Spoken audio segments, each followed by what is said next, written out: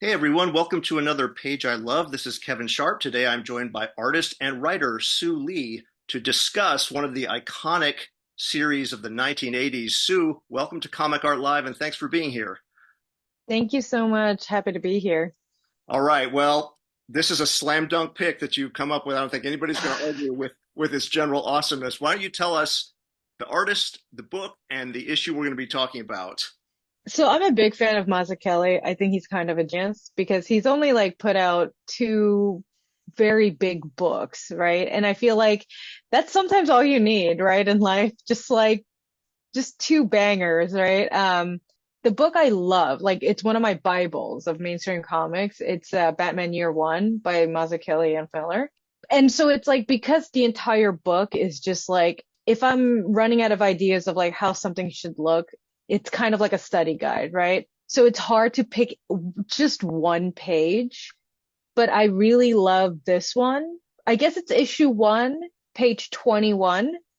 I only have the collected trade paperback and it's like it's been flipped through to death. So I Yes. only know that that's chapter one. We're looking at one of the often retold scenes of Batman history, Yes. but through the lens of this particular artist.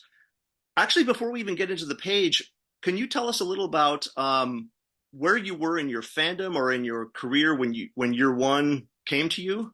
So I started reading year one a little before I went to college or like took classes in college. And because I was like a big comic book geek and like just started reading mainstream comics in teen years, like later in my teen years. And I had Klaus Jansson's class and he's friends with Mazzucchelli. And then so it turned me on to like a real appreciation for his book. And so I just like retook it out of my library and just started rereading it again and really appreciating, the pages and the art and the story and stuff. And it was, yeah, I have like, I think this is like one of the most perfect drawn books ever. Just looking at this again, it's an iconic scene of Batman history. For you as a professional working comic book artist, talk to us about what this page does well. So the thing about year one is that it's not just Mazzucchelli who does like such an impactful, good job, like wonderful work. The colorist, Richmond Lewis, is fantastic. It is truly a treat for the eyes. I think this entire book is just like spectacular visually, right? And so this page is really interesting because it's like, it's sure, it's like a retold version of like whatever happened to Baby Bruce. Like, we all know, we've all seen like 600 iterations of it, but then it's like, okay, what are the key points, right? Like a happy moment, then the drama, because it's only like what, one, two, three, four, five, six panels, right? But it's so like succinctly told in six panels, perfectly dramatic. And even the scene of his parents being shot, there's no explosion. It's just visual because I guess, it's supposed to represent just a memory, right? When you're a kid, I guess you don't really remember every single thing. Although this is like the one thing, Bruce remembers for the rest of his life, but it's like, it's just flashes of that scene, right? Because it's so wordless and also just not like unnecessary, sound effects. There's like a very quiet thing that happens. Because it's so quiet, it's even more impactful, I think, because you have to imagine like how traumatic that must be to like completely blank something out. And even the colors, the scene of where his parents get shot, it's just black and white, literally. There's like no other colors for it. It's just extreme shadows to indicate a flash, you know, and like the white part is like where, the parents get shot. There's no excessive blood. There's no like, anything like overtly violent other than, the implication of being shot. So perfectly dramatic. The scene of him like laying on the ground, the spotlight, I feel like is so iconic as well. And then the last panel is just a close up of, Bruce's face. And I think that's like probably one of the most beautifully drawn faces that you could ever do. So wonderful, right? It's like so good because every other panel, and I love this about Mazzucchelli, is just like, it's just blobs of shadow. It's just blobs of like dark ink where like it's not the most perfectly or tightened drawing, but it's so, and I don't mean this in a bad way, it's a little intentionally sloppy a little bit, as in it's just like a feeling that it's like him painting. And then the last panel is just like such a precise face.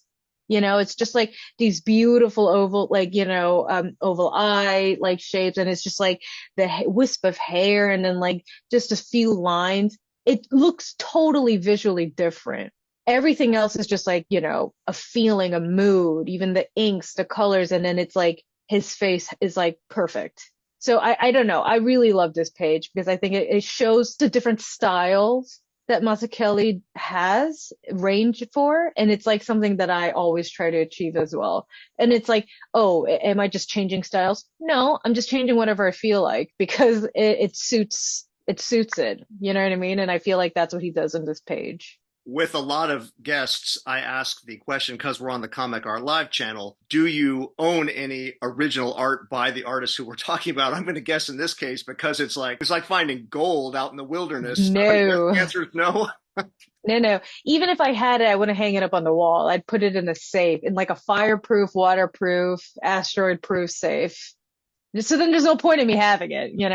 Well, Sue, this has been so fantastic to look at this, and I think as soon as we hang up the call, I'm going to have to go back and start rereading year one because it has been a minute. And you know what's jumping out to me looking at this, what I kind of forget is Todd Klein's lettering. As far as Yeah, like, it's amazing. you've got a few projects going on right now, so give us a kind of an overview of what you're up to these days in comics and when these things are coming out and where they can be found. I have Carmilla Volume 2. It's called Carmilla the Last Vampire Hunter, coming out in July. I'm writing Chitara, and Domenico Carbone is drawing it. I'm very excited for it because it's my first only writing gig. So I'm very nervous and excited for that. That also comes out in July as well. There's The Oddly Pedestrian Life of Christopher Chaos Halloween special is coming out. It's an anthology, and I drew 8 pages for that. I drew and wrote 8 pages for it, actually. Well, thank you again for being on the show with me. And who can argue with the page that you chose? Just awesome. Like I said, I'm going to go start reading probably within minutes after we end this. Always nice Good, to you see you should. too. And thanks Thank again. you so much.